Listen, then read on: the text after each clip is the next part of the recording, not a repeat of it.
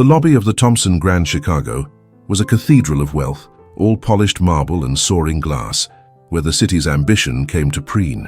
But on this Tuesday afternoon, the hushed reverence was gone, replaced by a silence so thick it felt like a physical weight. At its center stood Mark Thompson, CEO and architect of this empire, his face a mask of controlled fury. His suit, a tailored armor of dark gray wool, seemed to absorb the light around him, leaving him as a silhouette of pure, unyielding authority. Opposite him, Maya, in her simple blue housekeeping uniform, seemed to shrink under the collective gaze of 100 strangers. Her hands, calloused from work, nervously smoothed the front of her smock, a small, repetitive gesture of a woman trying to find purchase in a world that had suddenly tilted on its axis. The air crackled with the faint electronic hum of dozens of smartphones, all raised, all recording. They were a jury of silent, gleaming eyes, capturing every flicker of emotion on Mark's face and every tremor in Maya's posture. He had stopped her in the middle of the lobby, his voice low but carrying with the deadly precision of a surgeon's scalpel. He was making an example of her, just days before the hotel's critical Sovereign Star inspection. A single minor infraction, a cleaning cart left unattended for 60 seconds, had become the fulcrum for his entire crushing weight of perfectionism.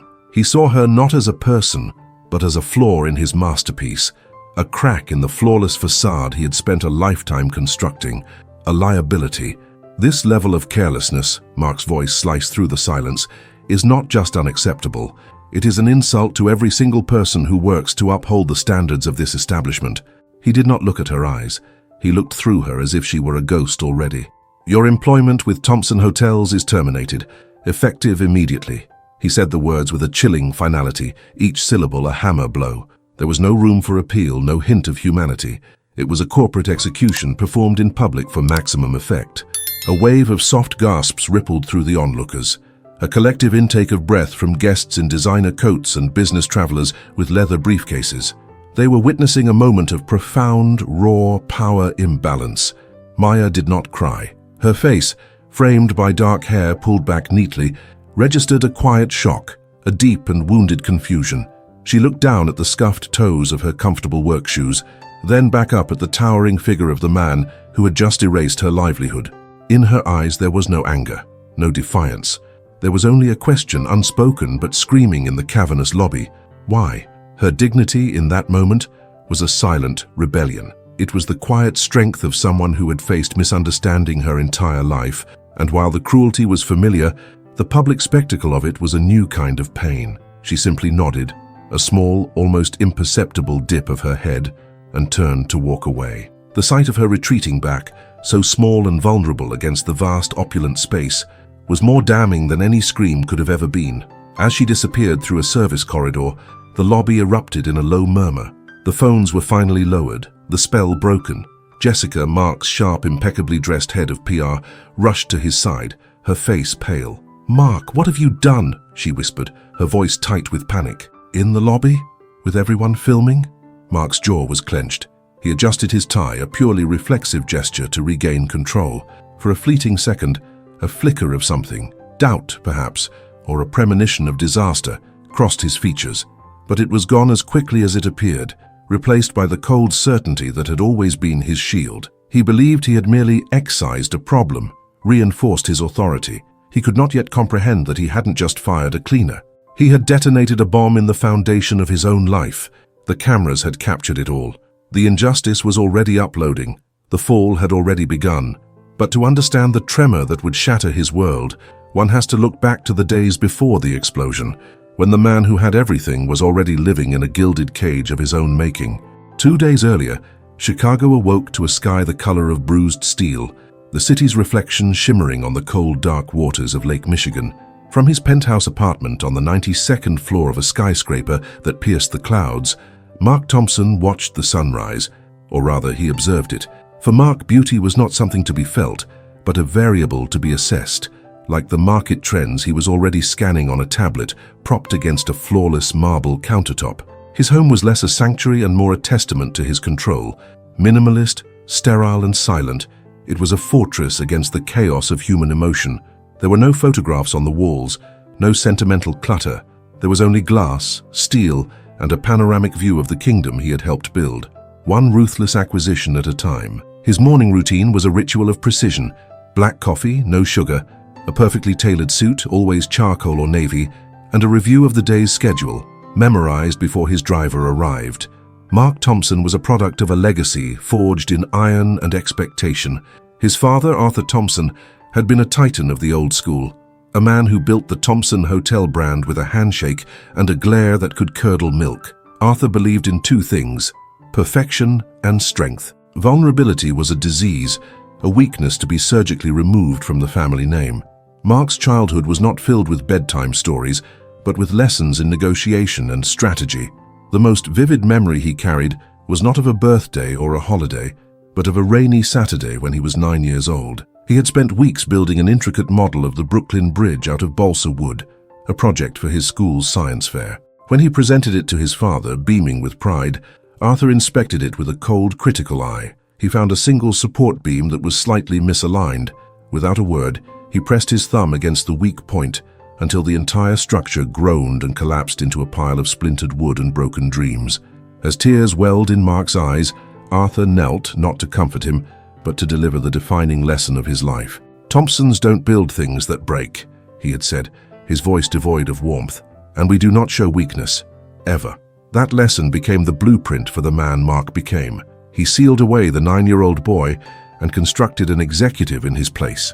He climbed the corporate ladder with an unnerving focus, seeing colleagues not as people, but as chess pieces on a board only he could see. He expanded the Thompson brand globally, his ambition a relentless engine. But the empire was hollow. His relationships were transactional, his praise was strategic, and his smile never quite reached his eyes. He was respected and feared, but not loved, because he had long ago decided that love was a liability. The Sovereign Star Award, the most prestigious honor in the hospitality industry, was his obsession. It was more than a trophy. It was the final, undeniable validation of his father's doctrine. It was proof that he had built something that could not break. And with the inspection only days away, his focus had narrowed to a single burning point. Every detail had to be perfect. Every employee had to be an invisible, flawless cog in his machine. And then there was Maya. She was, in Mark's analytical mind, an anomaly. He had noticed her before the incident in the lobby. He would see her in the corridors, polishing brass fixtures or cleaning guest room doors. Unlike the other staff, who moved with a kind of practiced deferential invisibility, Maya was present. She would sometimes hum a soft, tuneless melody while she worked. She would offer a genuine, unfiltered smile to a passing guest, a smile that was not in the employee handbook. She was efficient, her work meticulous, but she carried an air of simple, unvarnished humanity that unsettled him. It was a variable he couldn't quantify. He saw her Down syndrome not with prejudice, but with a cold risk assessment logic. To him, it represented a potential for unpredictability, a deviation from the perfect, uniform standard he demanded. He had mentioned her once to David Chen, his pragmatic chief operating officer, as they reviewed staffing protocols for the inspection week. "The cleaner on the 3rd floor? Maya?" Mark had said, his eyes fixed on a spreadsheet. "Is she fully compliant with the new efficiency directives?" David, a man who understood Mark better than most, paused. "Her work is excellent, Mark." Consistently high marks from her supervisors. The guests seemed to like her. Mark's fingers tapped impatiently on the glass of his tablet. "That is not what I asked. Guest liking is not a metric that wins a sovereign star. Precision is. Predictability is." He saw her as a loose thread in an impeccable tapestry, a potential risk. In the days leading up to the inspection, his paranoia grew, fueled by the ghost of his father and the crushing weight of his own ambition. Every polished surface reflected his own fragile ego. Every potential mistake felt like a personal attack. Maya, with her simple, unaffected presence, became the unwitting focal point for all his buried anxieties. He started seeing her not as a dedicated employee, but as the single imperfect beam in his bridge, the one weak point that could bring everything crashing down. He was not a monster. He was a man terrified of the child still buried inside him, the boy who was taught that one small crack was enough to make you worthless, and he was about to make the biggest mistake of his life, not out of malice, but out of a desperate, lifelong fear of breaking. The video hit the internet like a flash flood. It was grainy, shot from a bystander's phone, but its power was undeniable. The title was simple and brutal: CEO fires disabled woman in hotel lobby. Within an hour, it had 100,000 views. By evening, it had crossed 1 million. The comments section was a torrent of pure, unadulterated rage. Mark Thompson's carefully curated world of polished perfection had been breached. He sat in his office, the city lights twinkling below like a galaxy he no longer felt a part of, watching the numbers climb. Jessica stood across from his desk, her expression a mixture of fear and professional resolve. "We have to get ahead of this, Mark," she said, her voice strained. "We need to issue a statement. Something about upholding standards, ensuring guest safety, corporate jargon. We can bury this." Mark nodded, his face impassive, but his knuckles were white where he gripped the edge of his desk. He authorized the statement, a sterile, soulless piece of corporate prose that spoke of organizational restructuring and performance-based evaluations. It was the equivalent of throwing a thimble of water on a forest fire. The statement only made it worse. The internet saw it for what it was, a callous, dismissive justification. The narrative began to crystallize, not around Thompson Hotels, but around Maya. A local news crew found her small, tidy apartment in a quiet, working-class neighborhood. They filmed her walking her neighbor's elderly dog, a gentle, patient smile on her face. They interviewed her landlord, who described her as the kindest, most reliable tenant he had ever had. There was no mention of the incident, no plea for sympathy. The story was told in the quiet dignity of her everyday life, and the contrast with Mark's public execution was devastating. The hashtag #JusticeForMaya began to trend. Mark watched the news segment on his office monitor, a knot of frustration tightening in his stomach. He didn't understand. He had followed the rules of his world. A problem arose, and he eliminated it. Why was this backfiring so spectacularly? But what he saw next on the screen made his blood run cold. The reporter was now standing outside the Thompson Grand, speaking to a former employee, a disgruntled doorman Mark had fired a year ago for tardiness. "That's him," the doorman said, pointing an accusatory finger at the screen. "Always been that way. Cold as ice. Cares more about the shine on the floor than the people cleaning it." The story was no longer just about Maya. It was about him. "This is a targeted attack," Mark seethed, slamming his laptop shut. "They're digging. Find out who her family is. Offer them a settlement, a generous one. Make this go away." His legal team drafted a non-disclosure agreement with a 6-figure sum attached, a figure he was sure would silence any working-class family. A discreet lawyer was dispatched to Maya's apartment. Mark waited, pacing his office, convinced that money, the universal solvent, would dissolve this messy, emotional problem. He thought he was in control until the call came. The lawyer sounded baffled. She refused, Mr. Thompson." Mark stopped pacing. "Refused? What do you mean, refused? Did you not offer enough? Double it." There was a pause on the other end of the line. "Sir, it wasn't about the money. She wouldn't even look at the paperwork. Her advocate, a woman who lives next door, said that Maya just wants a simple written apology for being embarrassed." An apology. The word was foreign in Mark's corporate vocabulary. It was an admission of weakness, of error. It was unthinkable. His father's voice echoed in his mind. "Thompsons don't apologize, we win." He hung up the phone, a cold fury rising within him. The refusal was not just a rejection of his money, it was a rejection of his power, of the very foundation of his identity. He thought he was safe in his fortress of wealth, but the walls were beginning to feel thin. The pressure began to mount from within. An emergency call came from a board member in Tokyo, a powerful investor who valued stability above all else. "Mark," the voice crackled across the Pacific, "this situation is becoming unseemly. The brand is taking a hit. Our stock dipped 3 points this morning. Clean this up." The Sovereign Star inspection, once his singular obsession, now seemed like a distant concern. His immediate focus was survival. He called a meeting with his senior staff, his face a granite mask. He laid out a new strategy, a counter-offensive.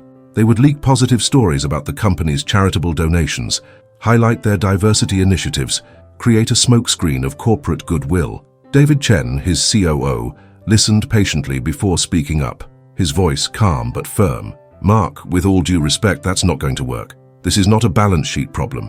It's a human problem. The public sees a billionaire punching down. The only way to fix this is to show some humility." Mark's eyes narrowed. "Humility?" He shot back, the word tasting like acid. "We built $1 billion empire on strength, not humility. We will not be dictated to by a mob on social media." But as he spoke, he could feel the support in the room wavering. He saw it in the averted gazes of his executives, the slight, uncomfortable shifts in their chairs. He was losing them. The power he wielded was becoming brittle. He retreated further into his isolation, working late into the night, fueled by coffee and a growing sense of desperation. He tried to reassert control in the only way he knew how, by micromanaging every detail of the hotel's operation, his temper flaring at the smallest imperfection. He berated a valet for a crooked tie and chastised a chef over the temperature of a soup. His staff began to walk on eggshells around him, their fear mingling with a quiet resentment. He was becoming the caricature the media was painting of him. He was a man trapped in a feedback loop of his own making, his arrogance feeding the fire that was consuming him. One evening, Jessica brought him a new file, her face grim. "There's more," she said, her voice barely a whisper. "A freelance journalist has been digging into Maya's background, not just her work history, her family." Mark waved a dismissive hand. "I don't care about her family. She's a cleaner." Jessica placed the file on his desk and opened it. Her full name is Maya Jensen. Her mother passed away 2 years ago. Her father was Robert Jensen. Mark froze. The name hit him like a physical blow. Robert Jensen, the quiet, brilliant co-founder of Thompson Hotels, his father's original partner, the man who had mysteriously cashed out his shares and disappeared from the company's history 30 years ago. It didn't make sense. It couldn't be possible. He stared at the name, a cold dread seeping into his bones. He thought this was a battle for his reputation. He was just beginning to realize it was a battle for the soul of his company, and he had no idea who his opponent really was. The day of the Sovereign Star inspection arrived not with a sense of triumph, but with an atmosphere of impending doom. The hotel was a marvel of silent, coordinated perfection. Every surface gleamed, every staff member moved with flawless grace. But it was a performance for an empty theater. The real drama was not in the thread count of the sheets or the temperature of the champagne. It was in the hushed conversations in the hallways, the constant refreshing of news feeds on hidden phones, and the palpable tension that emanated from the executive suite. Mark Thompson stood before the floor-to-ceiling window in his office, looking down at the city, but seeing only the reflection of a man losing his grip. He had built this fortress to withstand any assault from the outside, but the enemy was already inside the gates. It was in the fearful eyes of his employees, the concerned calls from his investors, and the gnawing, unfamiliar feeling of powerlessness in his own gut. The call came at noon. It was Mr. Tanaka, the board's most influential member, his voice a blade of polished steel, cutting through the static from Tokyo. "Mark-san, the board will convene in 1 hour. This is not a request." The line went dead. Mark knew what it was. A trial, his trial. He straightened his tie, the familiar gesture feeling hollow, and walked toward the boardroom.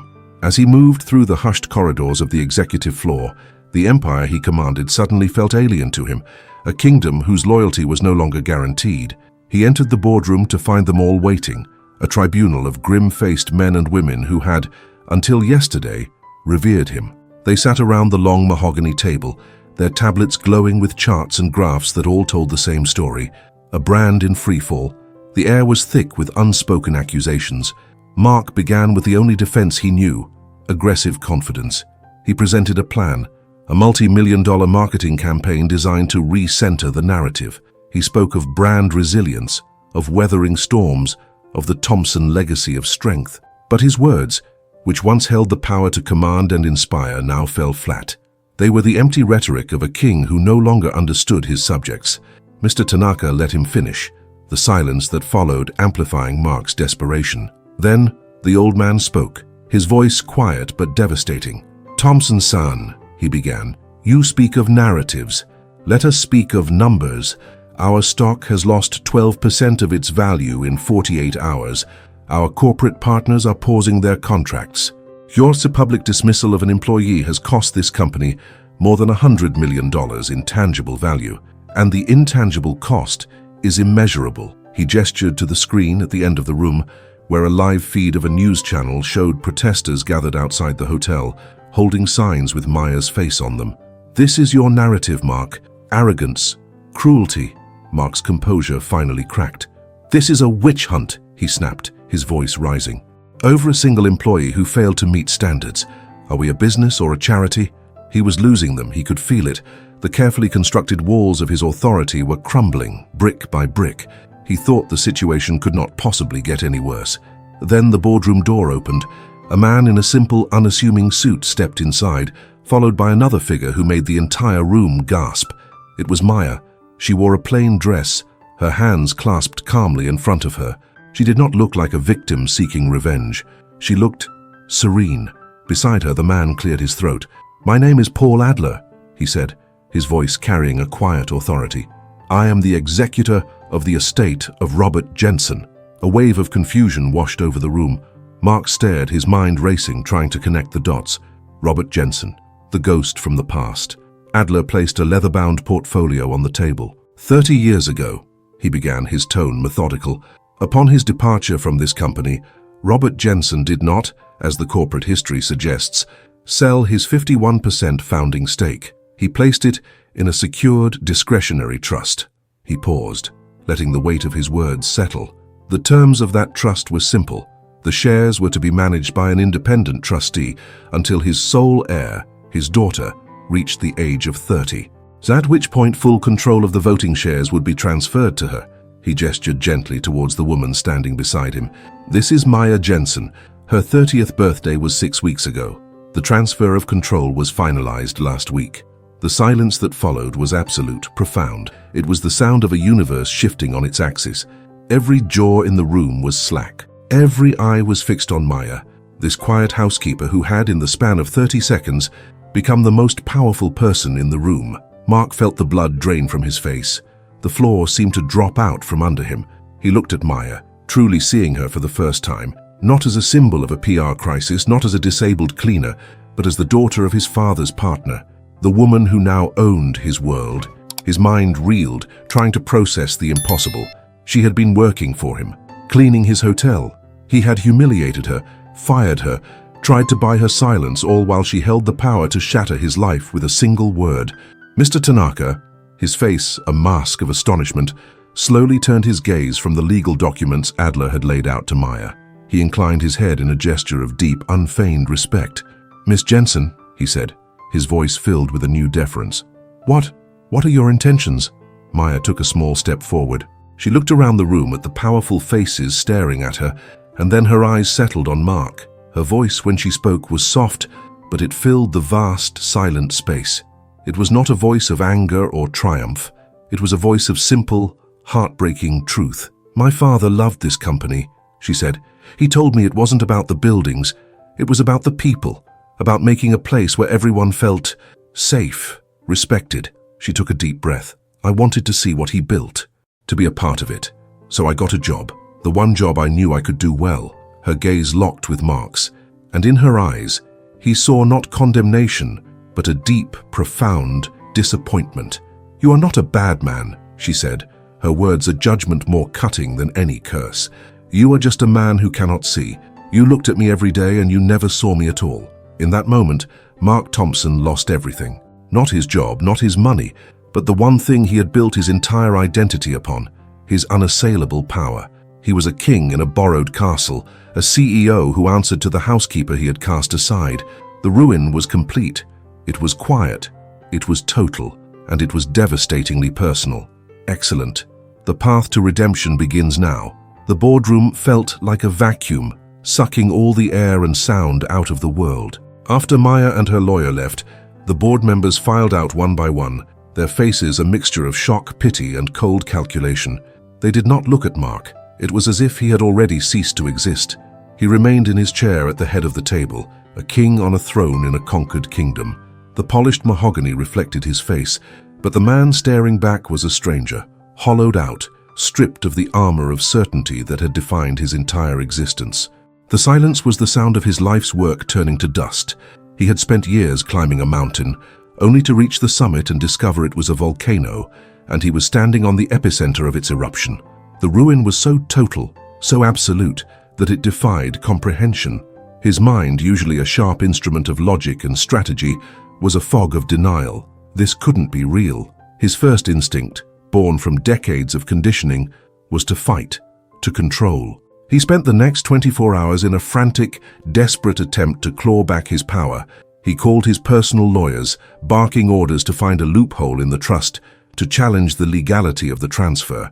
They came back to him with the same gentle, pitying tone. The trust was ironclad, executed by the best minds in the country. Robert Jensen had planned for every contingency. Mark then turned his attention to Maya, reverting to the only tool he truly trusted: money. He instructed his private wealth manager to prepare a staggering offer to buy her shares, a sum that could purchase a small country. He believed every person had a price. It was the first rule of the world his father had taught him. The offer was delivered to Paul Adler. The response came back not as a negotiation, but as a single devastating sentence: Miss Jensen is not interested in selling her father's legacy. The words were a final, brutal confirmation that the currency he worshipped had no value here.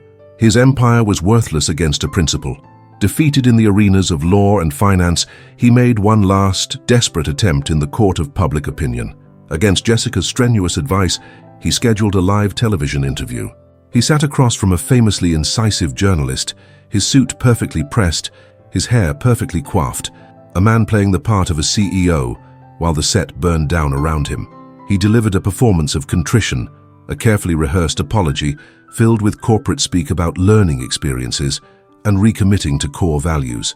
He spoke of Maya with a new, forced reverence, calling her a valued member of the Thompson family. But his eyes were empty. The public saw it instantly. The performance was too polished, the emotion too manufactured. The journalist, sensing the hollowness, went for the kill. "Mr. Thompson," she asked, her voice dangerously soft, "are you apologizing because you are truly sorry for what you did, or because you are sorry you got caught by the woman who now owns your company?" The question hung in the air, a perfect poisoned dart. Mark faltered.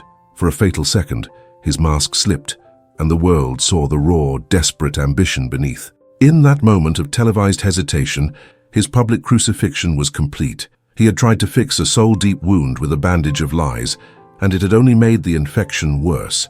That night, he returned to his penthouse. The silence was a physical presence, pressing in on him from all sides. The panoramic view of the city, once a symbol of his power, now felt like a mockery. He was a ghost, haunting his own life. He walked through the sterile, empty rooms, touching the cold marble, the flawless steel. It was a museum of a life devoid of warmth, of connection, of love. In his home office, a large, imposing portrait of his father, Arthur Thompson, hung on the wall. Mark stood before it, staring into the painted eyes that held no hint of approval, only the relentless demand for perfection. All his life he had been chasing this man's ghost, desperate for the validation that never came. All his life he had followed the blueprint: strength, control, no weakness, and it had led him here, to this gilded cage, to this profound, soul-crushing emptiness. A primal scream of rage and grief built in his chest, a sound he had suppressed since he was 9 years old. With a cry that was more animal than human, he grabbed a heavy crystal decanter from his desk and hurled it at the portrait. The glass shattered against the canvas, a violent explosion in the crushing silence. He sank to his knees amidst the glittering shards, the stoic CEO finally broken, and he wept. He wept for the boy who lost his bridge, for the man who lost his soul, and for the hollow victory that had cost him everything. The next few days were a blur of seclusion. He didn't answer calls. He didn't read the news. He let the storm rage outside while he sat in the wreckage of his life. The anger had subsided, leaving behind a vast, barren landscape of guilt. It was no longer about the company, the money, or the power. It was about Maya, the memory of her face in the lobby, the quiet confusion and hurt in her eyes, played on a loop in his mind. "You looked at me every day, and you never saw me at all." Her words were the key that unlocked the prison he had built for himself. He finally understood. His crime wasn't just firing her, it was the deeper sin of erasure. He had looked at a human being and seen only a function, a risk, a thing. Driven by a need he couldn't yet name, he went down to the company archives in the sub-basement of the hotel, a dusty, forgotten room filled with the ghosts of the past. He searched for a single name: Robert Jensen. He found a box of old files, filled with faded photographs and handwritten notes. He saw pictures of a young Arthur Thompson beside a smiling, gentle-faced man. In every photo, Robert Jensen was surrounded by people: chefs, bellhops, cleaners, laughing, his arm around their shoulders.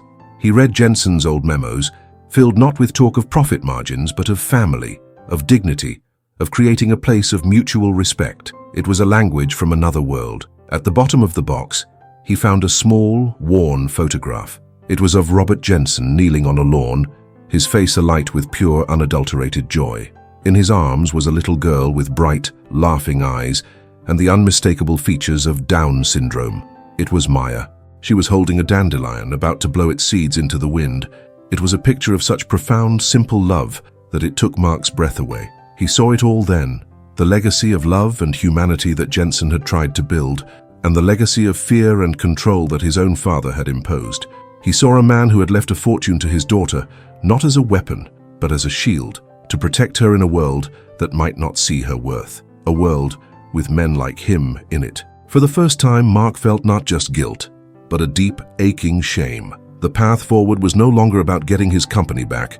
It was about becoming a man worthy of standing in the same room as the woman he had wronged. He left the archives and drove his car, not to his office, but to the quiet, working-class neighborhood where Maya lived. He parked across the street, his heart pounding with a fear more real than any hostile takeover. He saw her leave her apartment and walk to a small community garden at the end of the block. She knelt, her hands in the soil, tending to a patch of vibrant, colorful flowers with a gentle, focused care. He watched her for nearly an hour, a woman living a life of quiet purpose, of simple, profound connection to the world, a life he knew nothing about. He knew he couldn't approach her, not yet. An apology now would still be for him, to ease his own guilt. He had to earn the right to even speak to her, and so he made a decision. He would not fight for his company. He would not try to fix his reputation. He would begin by trying to fix the one thing he had neglected his entire life, himself. He picked up his phone and called David Chen. "David," he said, his voice raw, stripped of all its former authority.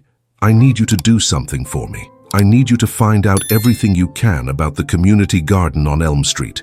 It was the first step, a small, uncertain movement out of the darkness toward a glimmer of light he could barely comprehend. The information David Chen brought back was cold and clinical, a set of property deeds and zoning applications, but to Mark, it felt like a map out of the wilderness. The Elm Street Community Garden, the small patch of green where Maya found her peace, was not public land. It was a forgotten parcel owned by a ruthless real estate development firm, a competitor Mark knew well. For years, the firm had allowed the neighborhood to use the blighted lot, but now, with property values soaring, they had filed permits to bulldoze it. A luxury micro-condo building was planned in its place. The eviction notices had already been posted. To the developers, it was a simple business transaction. To the community, it was the destruction of a sanctuary. For Mark, it was a chance to use his power not as a hammer, but as a shield. He worked with a feverish intensity he hadn't felt in years, but this time it wasn't for profit or prestige. It was for something clean, something real. He operated from the shadows, using his personal wealth and his encyclopedic knowledge of Chicago's cutthroat real estate world. He didn't make a benevolent offer that would be rejected out of spite. Instead, he set up a proxy buyer, a shell corporation with an innocuous name, and orchestrated a complex, multi-pronged negotiation. He found leverage, zoning violations on another of the developer's properties, a political connection who owed him a favor, and applied pressure with the silent, deadly precision of a master strategist. He was using the old weapons, but fighting a new kind of war. After 3 days of tense back-channel maneuvering, the deal was done. The development firm, squeezed from all sides, agreed to sell the Elm Street lot to his anonymous corporation for a price they believed was a small loss, but was in fact a quiet victory. The shell company then immediately transferred the deed to a newly created non-profit land trust, ensuring the garden would be protected in perpetuity. No one knew it was him. There was no press release, no public acknowledgement. The only confirmation of his success was a small article in a local paper about a neighborhood garden being saved by a miraculous anonymous donation. That was his reward. It was the first decision he'd ever made that asked for nothing in return, and the feeling it gave him was more valuable than any sovereign star. His quiet act of restitution, however, was a prelude to the public reckoning he could no longer avoid. Paul Adler, acting on Maya's behalf, called an emergency meeting of the board and principal shareholders. The stated purpose was to clarify the future leadership and strategic direction of Thompson Hotels. The boardroom, the site of Mark's humiliation, was once again prepared for a trial. This time, however, Mark walked in not with the desperate arrogance of a cornered animal, but with a strange, unnerving calm. He had already lost everything he thought he valued, and in doing so, had found a sliver of something he didn't know he needed, his own character. Maya was already there, seated beside Mr. Adler, not at the head of the table, but at its side, as an observer. She looked not like a corporate raider, but like herself, a woman of quiet composure, her hands resting calmly on the table. The meeting began with a cold, brutal efficiency. Mr. Tanaka, speaking for the other investors, presented a motion of no confidence in Mark Thompson. He laid out the financial damage, the reputational harm, the clear evidence of failed leadership. It was a public execution, delivered in the language of spreadsheets and stock prices. "It is the board's position," Tanaka concluded, his voice leaving no room for debate, "that a change in leadership is the only path forward to restore shareholder value and brand integrity." They had already selected his replacement, a seasoned executive from a rival chain known for his ruthless efficiency. The plan was clear: vote Mark out, then present Maya with an offer to retain her as a silent, symbolic majority owner while they ran the company. They saw her not as a leader, but as a mascot to be managed, a PR problem that could be turned into a PR asset. When it was Mark's turn to speak, a hush fell over the room. Everyone expected him to fight, to defend his legacy, to beg for his job. He stood up, but he did not look at the board. He looked at Maya. "He's right," Mark said, his voice clear and steady, devoid of its usual sharp, metallic edge. "Mr. Tanaka is right about the damage. He is right that I failed, but he is wrong about why." He paused, taking a breath that seemed to draw in all the tension in the room. "My failure was not a strategic error. It was not a miscalculation of market forces. It was a moral failure, a failure of humanity." He turned his gaze to the stunned faces of the board members, the men and women who had built their careers on the same ruthless principles he had. "For my entire life, I was taught that value was measured in dollars, in growth, in power. I was taught that people were assets or liabilities, tools or obstacles. I looked at Maya Jensen, one of our most dedicated employees, and I did not see a person. I saw a liability, a risk to a meaningless award built on a foundation of perfectionism and fear. I did not fire a housekeeper," he continued, his voice cracking with an emotion no one in that room had ever heard from him. "I threw away a piece of this company's soul, a soul that her father, Robert Jensen, poured into its foundation, a soul I was too blind and too arrogant to ever see." He picked up a copy of the board's proposal for new leadership, the one that would sideline Maya. He held it up. "And now you are all about to make the same mistake. You look at her, and you see a controlling interest to be managed, a symbol to be manipulated. You still do not see the person. You do not see the leader." He tore the proposal in half, the sound ripping through the stunned silence. "This company doesn't need another CEO like me. It deserves a leader who understands what Robert Jensen understood, that the other side of wealth isn't poverty, it's emptiness. It's a world of polished surfaces with nothing inside." He then turned back to Maya, his eyes filled with a raw, painful sincerity. "I am not asking for your forgiveness. I haven't earned it. But I am telling you that I am profoundly, deeply sorry for the humiliation, for the pain, and for failing to see the best part of this company when she was standing right in front of me." With that, he looked at the board one last time. "I hereby tender my resignation as CEO of Thompson Hotels, effective immediately, and I urge this board to have the wisdom to listen to its new owner. She knows more about value than all of us combined." He sat down. The silence in the room was absolute. It was a silence filled with shattered expectations and raw, unfiltered truth. Mark felt a wave of peace wash over him. He had finally laid down the sword he had been forced to carry his whole life. He had spoken the truth, and he was free. Then a small movement broke the spell. Maya stood up. She walked not to the head of the table, but to where Mark was sitting. The entire room held its breath. She looked down at him, her expression not one of triumph, but of deep, empathetic understanding. She reached out and placed a gentle hand on his shoulder. "My father," she said, her voice soft but clear, resonating in the silent room. "He used to say that strong bridges are built with stones that have been broken. They fit together better." She looked at the stunned faces of the board members. "I do not accept your resignation, Mr. Thompson. A collective gasp went through the room. She turned her eyes back to Mark, and for the first time, she offered him a small, hopeful smile. "But I think maybe it is time we built a new bridge, together." In that moment, the power in the room shifted definitively. It no longer resided with the money or the titles. It resided in an act of grace, a moment of profound and unexpected human connection. Mark Thompson looked up at the woman he had tried to destroy, tears welling in his eyes, and understood. Redemption wasn't about getting back what he had lost. It was about becoming worthy of what he had just been offered. A year later, the lobby of the Thompson Grand Chicago was still a cathedral of wealth, but it had found its soul. The afternoon sun streamed through the soaring windows, illuminating not just polished marble, but also the vibrant colors of a rotating art installation created by artists from a local disability advocacy group. The air, once sterile and hushed, was now filled with a low, warm murmur of conversation, the scent of fresh flowers from the hotel's own rooftop garden, and the faint sound of a classical pianist playing in the lounge. The changes were subtle, yet profound. The hotel was no longer a monument to a single man's ambition, but a living, breathing space that reflected the community it served. The Thompson brand was recovering, not because of a clever marketing campaign, but because it was becoming something genuinely worth believing in. At its heart were two people who had forged an unlikely partnership, built on the rubble of a shattered legacy. Mark Thompson was a different man. The sharp, predatory angles of his ambition had softened. He still wore a tailored suit, but he moved with an ease that had been absent before, his smile genuine, his eyes present. He was no longer the CEO. At Maya's insistence, he had taken on a new role, Chief Operating Officer, the same title David Chen once held. David, in turn, had been promoted to oversee the brand's global expansion, an expansion now guided by a new charter of ethics and community integration that Mark and Maya had drafted together. Mark had become the architect of Maya's vision.